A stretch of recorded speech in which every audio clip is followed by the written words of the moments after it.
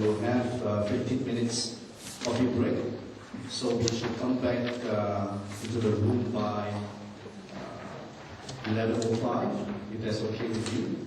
So enjoy the coffee break, tea coffee break, and we'll come back at the next session after today. With some more people coming in, I appreciate that, coming back on time. The next speaker we're going to have will be Dr. Gilbert-Food. He's going to speak about approaches to analysis of various classes of veterinary drug residues. This is going to be presented by Dr. Wang for about 35 minutes. So you can see still some more people coming in. Let's start this session. Okay, welcome back, everybody. In this session, we're going to talk about the approaches to analyze different classes of veterinary drugs. So here is the outline. In the first part of the talk, we are going to emphasize on the analytical challenges facing the veterinary drug analysis, particularly the sample extraction and the cleanup, and the methodology for analyze multi-class of residues. And then we're going to introduce the tender mass technology and also the high resolution accurate mass technology for the veterinary drug analysis. We're going to give 3 specific examples. The first is the screening of the veterinary drugs in milk. The second is analyze toltrazole and its metabolized in food. And the last one is the screening of beta-agonist in urine sample. So why monitoring the veterinary drug?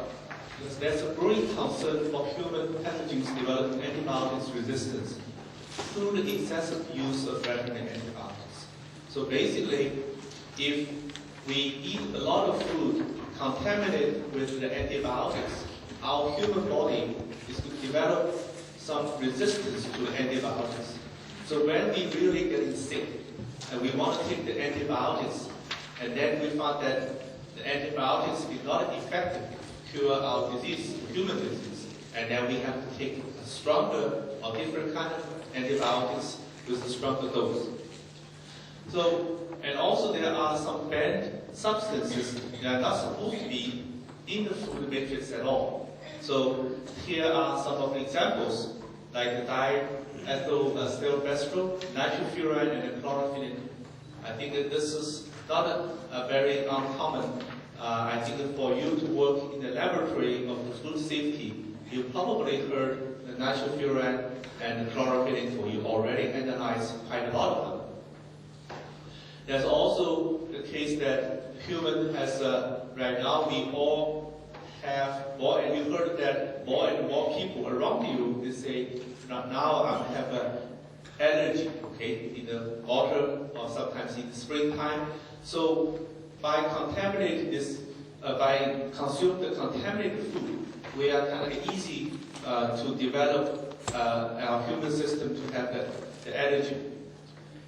Even for those drugs are permitted to use in the meat production animals, we have to make sure that the good practice is followed.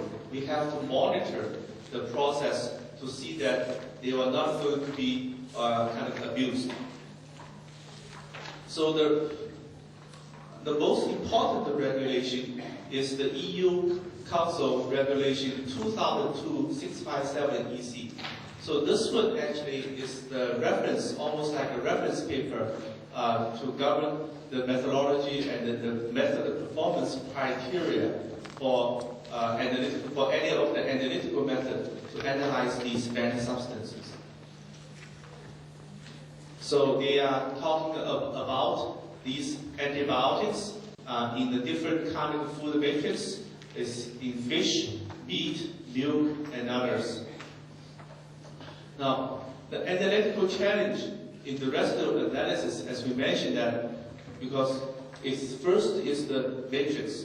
We all know that food, the meat, is a very complicated matrix. We have a different variety of the bead and their product. So the matrix complexity is the issue. And also the structure diversity. We have a different class of antibiotics. They all have a different chemical property and a different chemical structures. Then we require to have a different kind of analytical techniques.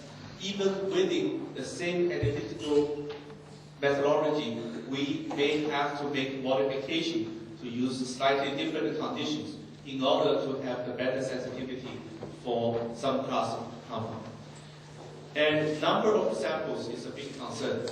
As mentioned in Dr. John Gilbert's talk, the first talk, the fit for purpose method development is the key here. So if you have one sample to analyze, the method will be different from those you want to analyze 100 or 1,000 samples. And the method, and also these will determine the method of performance criteria. The speed also is always important. No matter how many samples when people submit to you, they always want the results as soon as possible. So in thermal, we have a new technology called the turbo flow technology. So we want to present here is how the turbo flow technology can help you to eliminate the sample matrix and also to speed up your method development. So the turbo flow technology is basically a chromatography technique. They explore the difference between the large and the small molecules, and also in the chromatography technique, they have a different kind of a quantum chemistry incorporated. It's run at the high flow rate, the low bed pressure. It has the particle size packed at 30 micron or larger. So they're going to ensure the efficient mass transfer created by the turbulence flow. And this is mainly used for separate your low molecular weight compound, basically your small molecules from the matrix of large molecules. This is going to allow your direct injection of the samples. So we're going to mention that in the example how this is going to help you. So the advantage of the turbo flow cleanup is more efficient sample cleanup than the conventional SPEs, and to reduce the sample preparation time. So this is the key, because we all know that SPE take a long time. You have to equilibrate the column, pass the column, and also you have to do the reconstitution to evaporate the dry and then add the solvent again. So this is a cleaner extract and reduce the ion suppression. Okay? So the ion suppression in LC-MS analysis is always a key issue in quantitative analysis. And increase the sample throughput. We mentioned that this one is an automated process. So when one sample is in analysis and the other can start into preparation, for example. And once this one finishes the analysis, you can switch on another one for analysis. So you can maximize the time for the analysis. We're going to have more examples in the afternoon talk about this. And to reduce the manual handling, as mentioned, we can shoot the sample directly, so there's a no labor-intensive SPEs required. Now, here's a brief description of the turbo flow technology. As we all know, in our normal HPLC columns, we pack those columns with the polymer particle size of 3 micron or 5 micron. As shown here, it's like the beans here. And this is without a turbo flow, all the molecules going to pass through. We have a different chemistry here, C18 ion exchange or whatever. So we can have the small molecules interact and separate along the way. But with the turbo flow system, it's different from chromatography technique. You can see here, this is modeled like air. This is a bigger particle sizes. When it's run at a high linear velocity, and with these large particles, they're going to create a turbulence. So basically, in these turbulence flow situations, the small molecules will going to actually travel slowly than the big molecules. The small molecules starting to tumbling. Okay, basically you can see they are lost. So they have the retention in these large particles under the turbo flow conditions. Now here is the illustration how it works. So as mentioned, under the large flow conditions, large flow rate conditions, this big molecule matrices we're going to pass through. The small molecules basically is kind of stagnant. They are tumbling around here. And then on the surface of this big particles, we also have the poles, just like a normal HPLC column packing materials. And this inside, these small molecules can have time, because they travel slow, they can have time to diffuse into this pole to interact with the surface of the column. Here is the illustration here. Yeah. And then when they have this kind of interaction, after this retain, you can just use a normal HPLC flow, let's say 0.2 or 0.3 mil per minute, and with some organic content in mobile phase, you pass through, and then this will be washed out.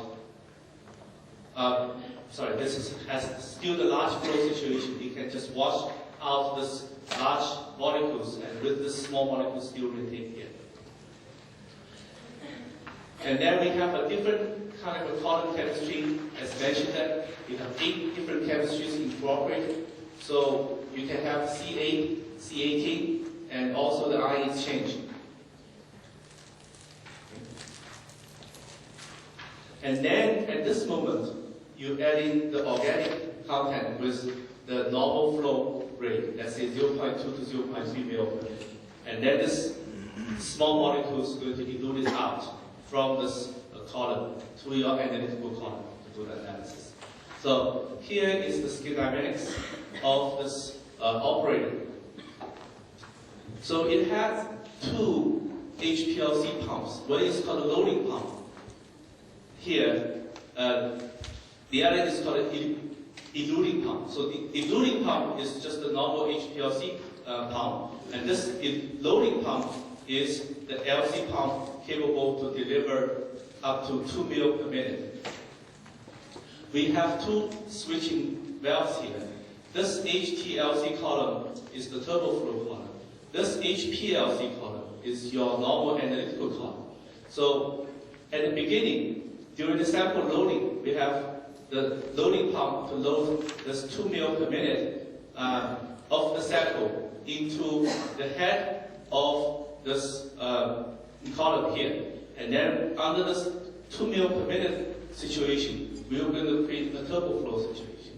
And then during the under the turbo flow situation, this aniline will going to be retained in the column, while the big molecule matrix, like proteins, are going to wash out from the column here to the waste. Now the second step is when this valve A switch, okay? Now we're going to have the loading pump deliver at only 0.2 mil per minute. Okay, this is going to start to wash the aniline out of the turbo flow columns. So you can hear this is the flow path. We pass from here, there's a loop here.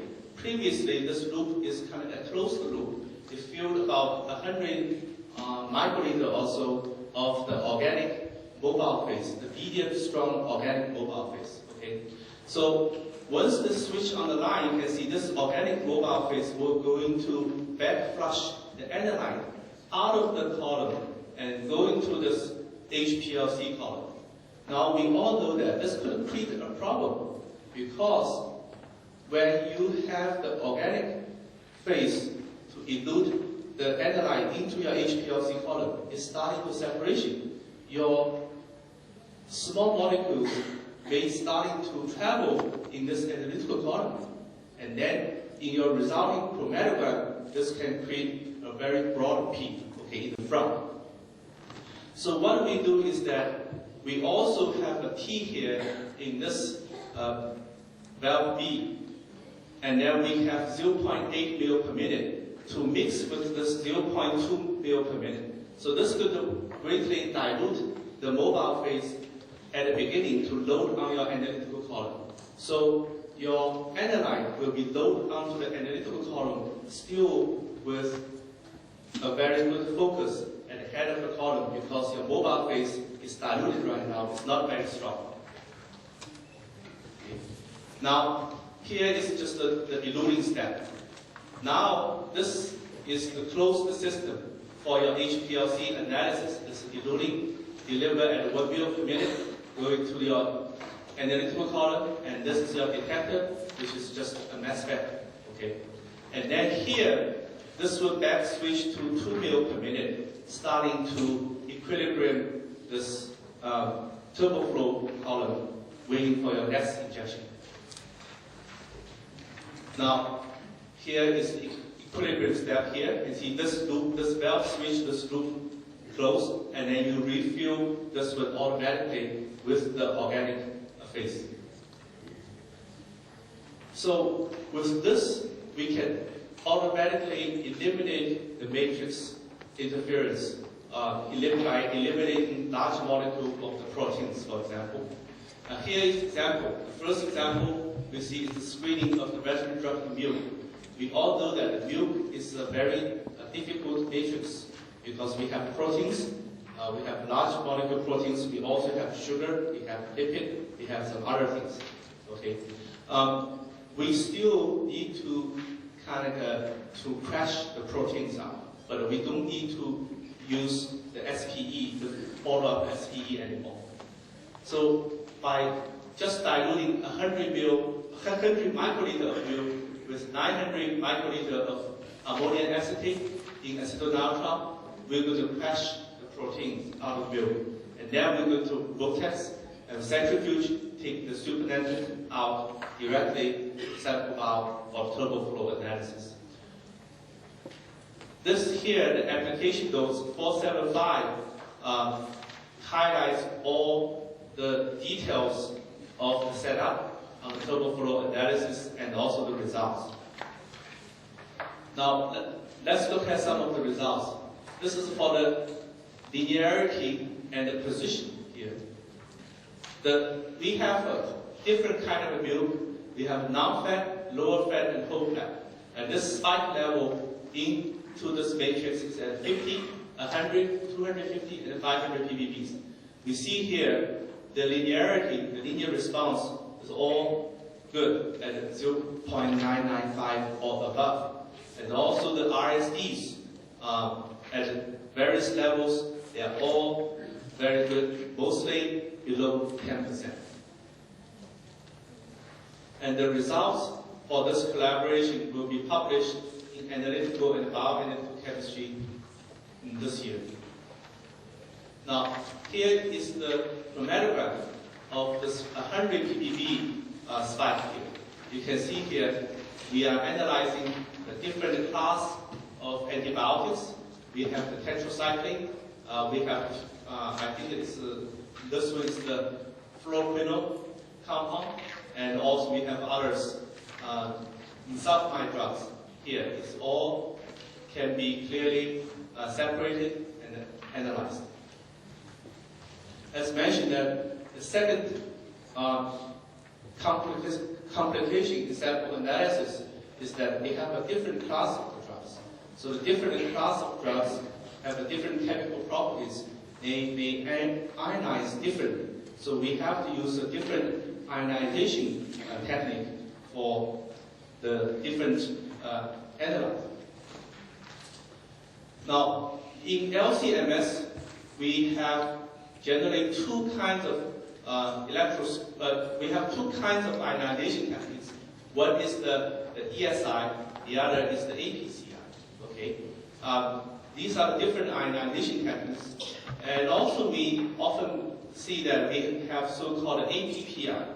The APPI is closely related to the APCI, but with the UV light shining from the side. So when you do the APCI and also under the UV excitation light, some of the molecules, if they have a high bonding and they can absorb the UV light and then excite it to excited states. As we all know that within chemistry, when the molecules is in excited states, they are easy to get ionized. Okay, so if this molecule has a high bonding, it can absorb the UV light, and then with the APPI, there will be more ionization than the APCI. Here is a very brief one-slide introduction to the electrospray ionization. So this is the ESI probe, so called the ionization probe. So your HPLC flow out of this column is going to be coming from here. Here there's a very thin capillary metal tubes here, and with also here is the sheath gas. We have a heated nitrogen gas to cover the spray. And at the tip, we apply voltage at about 4,000 to 5,000 kilovolts, and this will be have this mist be charged. So this droplet, as it travels to the ion source, because we have the heated nitrogen to evaporate solvent, it's getting smaller and smaller. So the ions inside this droplet will going to experience a ball repulsion of each other, right? Because they all have the positive charges, let's say, and then the room is getting smaller and smaller, and they basically repel to each other. So there is a limit for the droplets to be stabilized. It's called the Rayleigh limit. So whenever the size is reduced to below this Rayleigh limit, and then the droplet cannot hold it, so they're going to have an explosion. So when the droplet cannot hold, explode, all the ions coming out. So all these ions this is the way to generate the ions for the mass spec to analyze. Now, the APCI uses a different ionization method. So we are not applying the voltage at the tip anymore, okay? Rather, we apply the voltage at the side of on the so-called coronal needle. And with this, we apply about 3,000 to 5,000 volts here. And we're going to ionize all the nitrogen gas and also the air, which have the oxygen here. So we're going to generate a lot of nitrogen and also oxygen, various kinds of ions. So these gas ions we're going to bump to this droplet, okay? And then to knock the ions out, basically through some gas-phase reactions to generate the ions, and these ions will be transmitted to the mass spec for analysis. Now here is the example. We look at this class of compound. It's called a toltrazoliol. It's all contain this kind of the CF3 group here, the CF3 and also the aromatic benzene here. And this class of compound is used for treat the coccygeal disease in the swine and the poultry. Okay, and then we have a comparison of the ESI and the APCI spectra. The top A panel is the ESI. We see here the ESI spectra on mostly are the molecular ions. In the APCI mode, we see a lot of product ions here.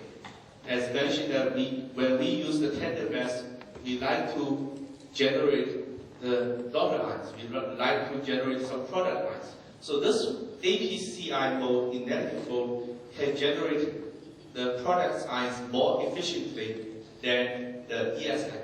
So in this particular example, we are going to explore this APCI for further analysis. So here is the chromatograph. Let's look at it here. Even with the tandem mass as a selective, very selective analytical technique, we still see some of the background here. You look at this chromatograph here, we see the peak, but we see a lot of background. Okay, it's very difficult to justify, say, hey, this is a very good identification. So, as mentioned, that our thermal triple core instrument has a unique feature called HSRM, the highly selective reaction monitoring. So basically you reduce the Q1 slit, increase the Q1 resolution from 0.7 unit resolution to 0.2 or so, and then you can get in the HSRM. So in the HSRM, you can compare to see that here the signal intensity actually has decreased, but the signal to noise ratio has greatly improved. The signal quality is much better right now. So in the quantitative analysis, it is not really what your signal matters. It is that the quality of your signal matters. So here you can see the quality signal all improved here. By signal to noise ratio right now 14, previously only 2. In this example, it's increased from 3 to 11. Now, the last example we're going to talk about is the sample preparation for the multi-residue of beta-actose extraction. The beta-actose is a class of compound widely used as a growth promoter. Okay, I think that it's translated into many languages. It's a different means, but in Chinese they call it min meat drug. Okay, basically they are going to produce a kind of a min meat. I think that the sample preparation is previously used. Traditionally they use cation exchange, and then more recently they developed some like immunoaffinity cleanup and molecular imprinted polymer cleanup. So these are kind of more specific cleanup techniques for this particular class of compound. They are also quite more expensive than the traditional cation exchange cleanup. Now, we look at how the turboflow chromatographer can help as a comparison to reduce your sample prep time. Now, your traditional sample prep, no matter what kind of like SPE or cleanup you use, you have to follow these procedures. This is in the urine sample. You centrifuge dilution, and then you use the SPE or MIP or immuno cleanup, and then you dilution, and then you have to do the evaporation reconstitution before you can inject it into the mass spec for analysis. But with the turboflow system, you can just centrifuge your urine sample and dilute, and then shoot. Okay, for this, and then if we use with the high resolution exactive mass spectrometry, it can be very good to isolate the analyte from your features. Now, in previous talk, we already mentioned the principle of the Orbitrap operation. Here, we just look at some of the specifications. So the resolution of this benchtop Orbitrap can run up to 100,000, okay?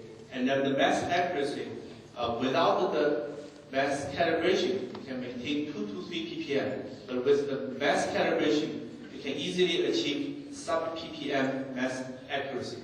The sensitivity, you can detect to sub-ppb levels, and the dynamic range is 10 to the 4. The scan speed can up to 10 scans per second, and the mass range is from 50 to 4,000.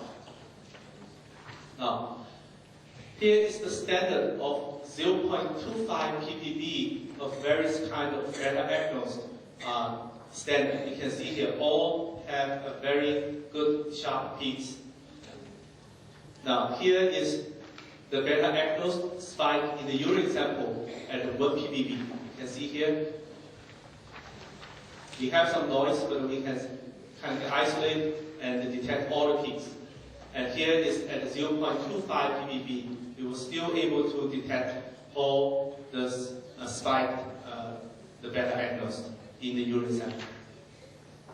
Now, to summarize, mass spectrometry is the analytical standard for monitoring residue food, for the residues in the food right now.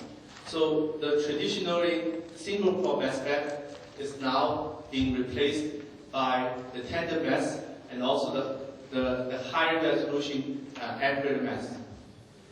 The ionization is essential because for different kind of analyte, we have to employ a different ionization technique. We have ESI, APCI, and APPI. I think with our turbo flow system, I think the sample preparation can be greatly reduced. We mentioned that this is the bottleneck in every food safety laboratory. So with that, we can achieve a simple, fast separation. Thank you for your attention. Thank you very much, Dr. Gilbert-Food, for a very good session. We can see here how innovation in technology can help us better do our job in a routine lab. Okay. So, the next session, we're going to pass over the time to Dr. John Gilbert, who's going to present to us pathogens detection through molecular spectroscopy. John? I should say at the beginning of this talk that I'm not a microbiologist. I'm not a specialist in Raman spectroscopy. So I'm giving this talk on behalf of Tim Jarnes, who's the product specialist in this area for Thermo Fisher. The other thing to say is that the talks we're presenting today are mostly about established techniques and established methodology. So we're mostly talking about things that are being used routinely in laboratories around the world.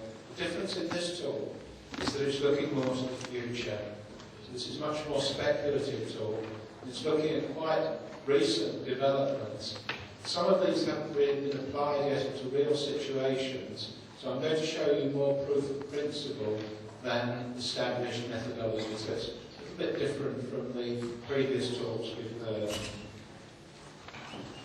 So the plan for the presentation is firstly to talk a little bit about Raman spectroscopy, and then to explain what we mean by SIRS, this surface enhanced Raman scattering.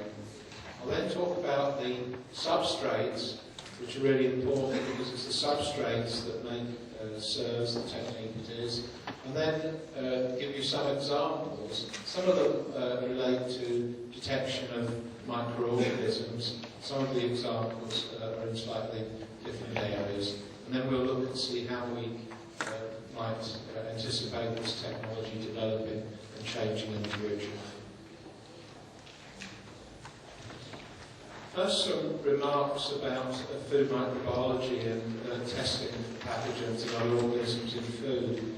The classical techniques that are used in conventional microbiology probably haven't changed much since they were first used 100 years ago or more. It involves classically putting the food sample in something like a stomachator, where you homogenise the sample. It then involves taking some of that extract, putting it onto a media, a selective media, or a Petri dish, allowing some days for the microorganisms to grow on that plate, and then to look under a microscope at the shape and colour and identify these organisms, and perhaps count the number of organisms you can see, which is called enumeration. So this is the classical technique. The one thing to note about it is it's low cost. It's very cheap to do. It costs $1 or so per test. So it's very low cost because the materials are inexpensive and it doesn't require expensive instrumentation. So it's a very low cost method. Any new techniques that are going to be used in this area have got to be cheaper or have to offer other advantages to be successful. Some techniques have been introduced successfully. There's rapid test kits like this lateral flow device for listeria. It's very quick, but it's quite expensive compared to classical microbiology. And then there have been a number of instrumental developments, as you find in some microbiology labs, quite a few instruments that can be used again to replace classical microbiology, but the costs both of disposable equipment, consumables and the instrument means that it's relatively expensive. Real-time PCR is used now more and more in modern food micro labs. Extremely good if you need to get a very accurate fingerprint of the microorganism. So if there's a food poisoning incident, you need to track down the source of that food poisoning between the organism that you've isolated from the person who's been poisoned to the original source, perhaps a food source. It shows you from that fingerprint the exact organism. So you're not just looking at species levels, you're typing microorganisms. So with molecular biology, you're getting a lot of information, but again, you have to purchase quite expensive consumables, you have to buy primers, and you have quite a lot of equipment that's necessary. So it's an information-rich technique, but there's cost involved again in using molecular biology. You find that the enzyme-linked immunosorbent assay, ELISA, is available and can detect both toxins and organisms. So we can look at Listeria, Salmonella, and so forth. Sometimes you need an enrichment process. It's high throughput, so you can analyse a large number of samples in an automated mode, but there's cost again involved in buying ELISA plates coated with antibody and so forth. If you really want to get involved in very sophisticated techniques, there are microarrays, this available, biosensors, lab-on-a-chip, which enable us to look not for one organism, but for a large number of targets simultaneously. So there's some quite sophisticated methodologies available, but again, relatively expensive compared to classical microbiology. Now let's introduce Raman spectroscopy. It's not a new technique, it's a technique that's been around quite a long time. It's very similar to infrared spectroscopy. It's a vibrational technique, so we're generating a spectrum, and it's information rich because the signals we get in this spectrum relate to the vibrations in the molecule. It's quite a versatile method of technique. We can apply it to both organic and inorganic materials. It's not limited to liquids. We can obtain spectra directly on solid materials, and with certain microscope attachments we can look at very small particles with Raman spectroscopy, so you can look at micro and macro level. This is generally how you obtain a Raman spectrum, by shining a laser at the target, which is, this is polystyrene in this case. You get a lot of what we call Rayleigh scattering, which you're not interested in. You're interested in the small region of the spectrum, which is the Raman effect here. You block out, filter out the signals that you're not interested in. I said that Raman's been around for a long time. It's not a new technique, but it's not a technique you hear talked about in relation to food safety. And the reason is that Raman is not a sensitive technique. So it's relatively insensitive. And that's the reason it hasn't been used or exploited in food safety. The thing that's changed is this surface-enhanced Raman scattering phenomenon, this effect. Because of this effect, you get enormous enhancements of signal. So you can start to get and generate Raman spectra at levels and concentrations that are of relevance to food safety. So this surge effect moves Raman spectroscopy from a technique that's not of interest because it's insensitive to a technique that's now in the right ballpark for food analysis. And you obtain the surge effect by putting your target compound in close proximity to a metal surface. So in this example we've got silver metal here. The other thing to note is that it's a roughened surface. So it's not a smooth surface, it's rough, it's metal. The target compounds are here, they're absorbed onto the surface. And there's a phenomenon whereby electrons, excited electrons, are generated on the surface. We call them surface plasmons. And we shine the laser here, we obtain the Raman scattering. So that it's the effect of the metal, the roughened metal, in proximity to the analyte that causes this effect. You can generate Raman or surge spectra by coating a microscope slide, and metal, so this has been coated with metal, and the samples deposited into the wells of the microscope side. And you can then shine a laser on each well and obtain a spectrum from each well here. So it might be deposited on a microscope. You can obtain SIR spectra by using colloidal solutions. You're not limited only to silver, which I mentioned before. We can use gold, copper, platinum, palladium, use sol gels. And all of these substrates are commercially available, or indeed you can choose to prepare your own substrate. Because this is a very new area, there's lots of options in terms of the choice of metals, the way in which you present the sample to the metal. So it's a research area, it's not an established technology. This is a SIR spectrum rum, a bulk rum spectra for E. coli. So this is the pure microorganism that's been lyophilized and deposited on the plate. The thing to note here is that although we've presented the bulk Raman spectrum, it's had to be enhanced by a factor of 20,000. So to get these two spectra onto comparable scales so that you can see them, we've enhanced the spectrum here. So this is 20,000 times more sensitive than the bulk spectrum. So we're beginning to see this enhancement of sensitivity with SIRS. Here we've got side by side, again, two pure cultures. We've got E. coli and Staph typhimorum, and you can see differences in the SIRS spectrum. Now, the point I need to make here is that you should not look at these spectra as if you're a chromatographer or a mass spectroscopist, because if you do, they really look horrible. You've got very poor peak shapes here. You've got unresolved peaks, you've got shoulders.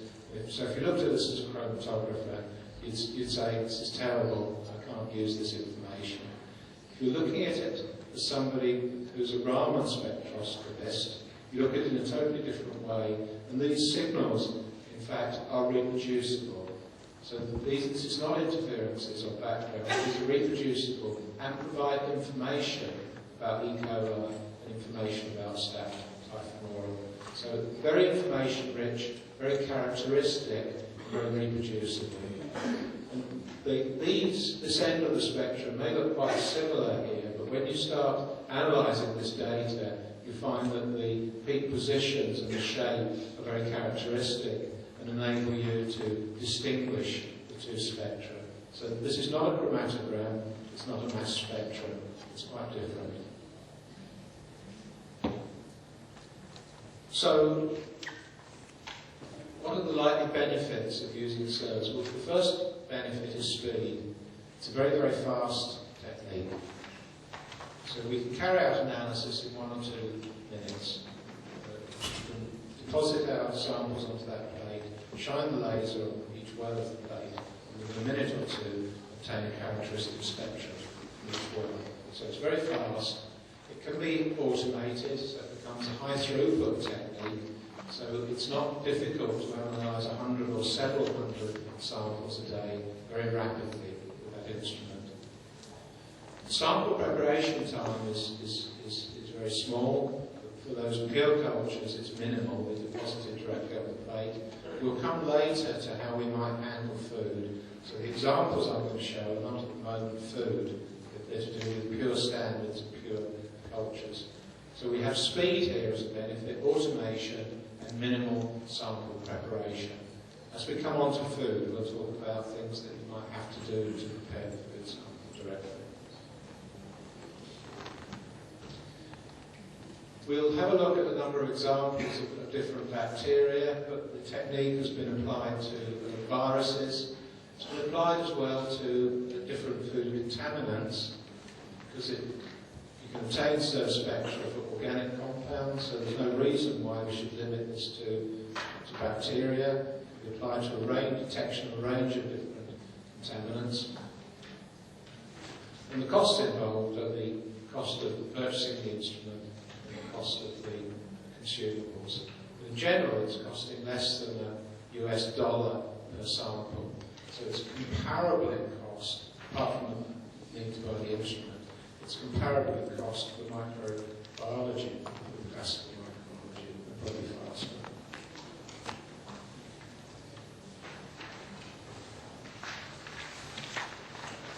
The stage at which the research has got to at the moment is that fellow Fisher Scientific, who have experts both in Raman and in SIRS, are looking in a very broad way at the scope in which this technique can be exploited.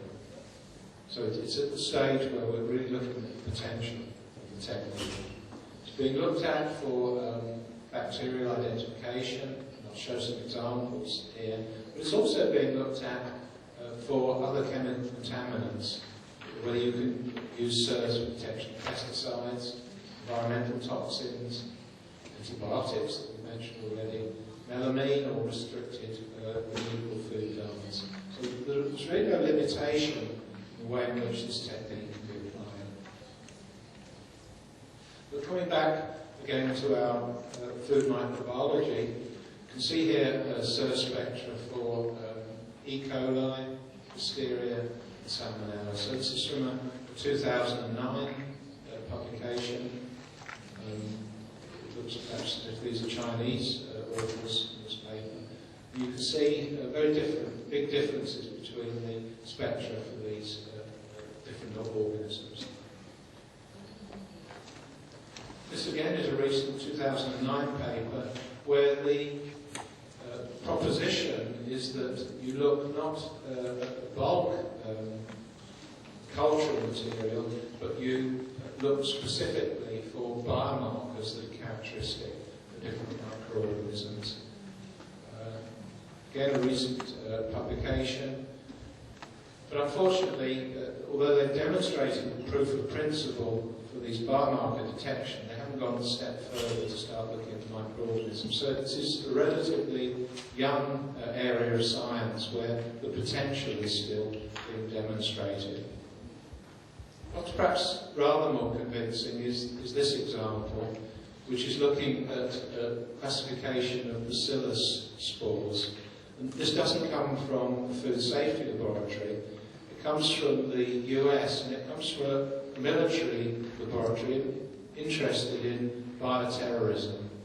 So the interest here is in the sort of incident that occurred in the United States, it was probably 4 or 5 years ago now, when a white powder was sent through the post by some terrorist organisation. And it was anthrax powder, in fact. But at the time, nobody had the capability of rapidly identifying this white powder and establishing what it was. Now, with SIRS, there's a publication from 2008 that shows how you might rapidly identify this sort of substance. So in this example here, a number of different bacillus spores have been identified using SIRS. We have the spectra for the different bacillus spores. And then the data here has been put into, it's been analysed by principal component analysis. So the parts of these spectra, the signals that distinguish these have been used. If you plot it classically with principal component, you get these clusters. The size of the cluster represents the variation that you get within the spectra for the different spores here.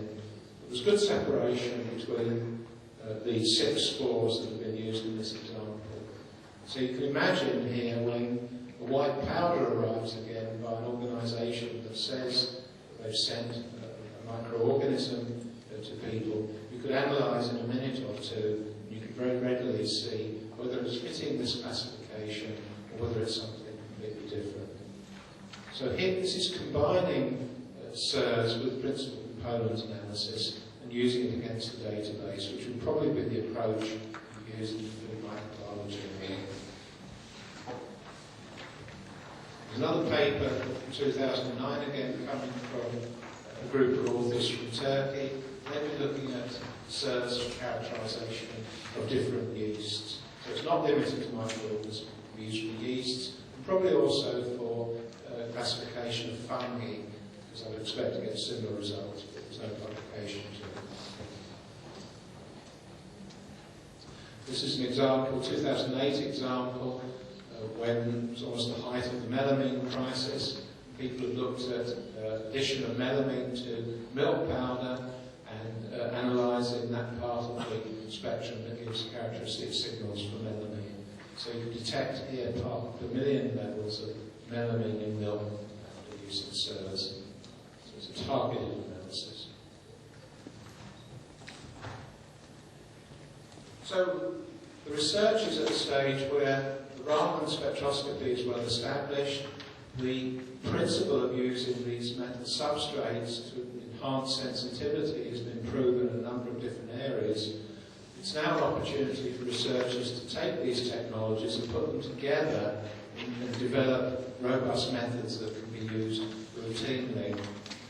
Thermo Fisher Scientific has a role to play here because there's a lot of expertise in the area of substrates.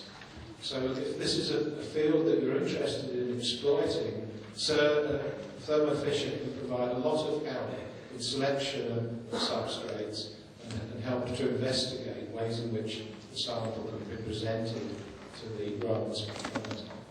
And they're looking at different shapes of the metals, finding differences between whether you use gold spheres or silver nanorods, or whether you use mixtures of different metals. All of these things can have an impact both on sensitivity and specificity that you can achieve. So it's a very young area of science with lots of exciting possibilities to be investigated.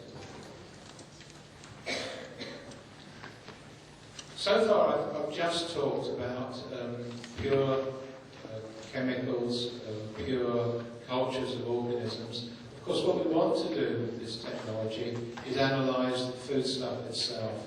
And there aren't any publications, but there are some very strong indications of the direction people are going in terms of handling foodstuffs. And this is illustrated here on this bottom schematic. So here we have our metal surface, our roughened metal surface, the silver or gold, and antibodies have been bound to the metal. So it's a metal that has antibodies. This technology is well established, it's being used in other areas.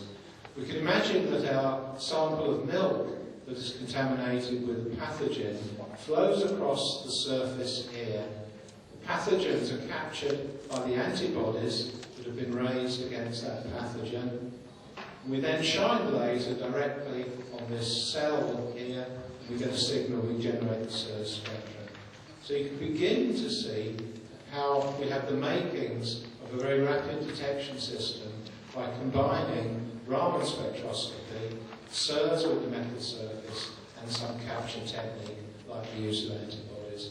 So all of these technologies are currently used and available. What hasn't happened yet is all three being brought together to use routinely. I think we're seeing all the elements here of a very exciting development. So really just to summarise what I've tried to get across this morning. Firstly, that SIRS is a powerful analytical tool. It brings Raman spectroscopy into the same area as other instrumental techniques in terms of sensitivity. It extends the capabilities of Raman analysis, and it does this through use of a number of different types and forms of substrates. These are reproducible and they're very affordable. We're talking about a low-cost technique. If you remember at the beginning, I said for a new technology to have any impact on the food microbiology area, it needs to be low cost. It's easy to use. The only investment you really need to make is in the capital investment for the Raman spectrometer. The software is available. There's a wide range of substrates you can choose from. This technique gives you high throughput capability. Thank you very much.